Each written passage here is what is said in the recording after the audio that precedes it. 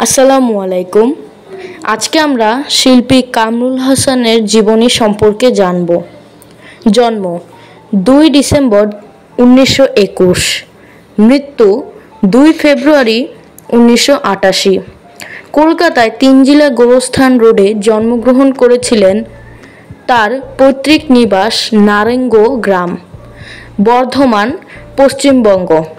বাবা মুহাম্মদ হাশিম। কামরুল হাসানের বাবা মুহাম্মদ হাশিম ছিলেন একটি স্থানীয় কবরস্থানের তত্ত্বাবধায়ক।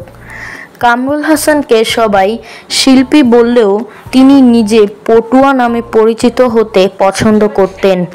স্বাধীনতা যুদ্ধকালীন সময়ে জেনারেল ইয়াহিয়ার মুখের ছবি দিয়ে আঁকা "এই জানোয়ারদের হত্যা করতে হবে" পোস্টারটি খুব বিখ্যাত।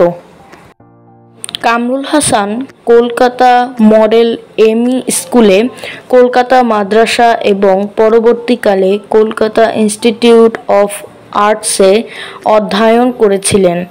তিনি 1947 সালে ফাইন আর্টসে পাশ করেন।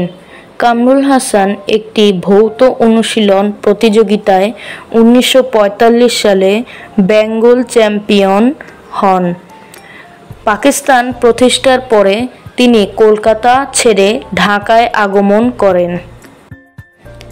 1948 সালে জয়নুল আবেদিনের সঙ্গে একত্রে তিনি government institute of fine arts, বর্তমানে ফ্যাকাল্টি অফ ফাইন আর্টস প্রতিষ্ঠা করেছিলেন।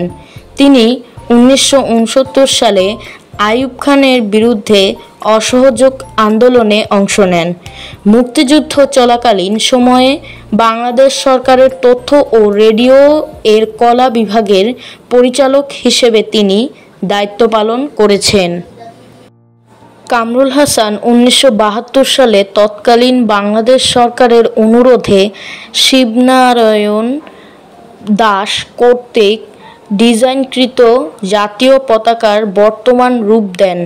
তিনি 1948 থেকে 1960 খ্রিস্টাব্দ পর্যন্ত ঢাকা চারুকলা ইনস্টিটিউটে শিক্ষকতা করেন এবং 1960 থেকে 1978 খ্রিস্টাব্দ পর্যন্ত বাংলাদেশ ক্ষুদ্র ও কুটির শিল্প কর্পোরেশন নকশা কেন্দ্রের পরিচালক হিসাবে দায়িত্ব পালন করেন।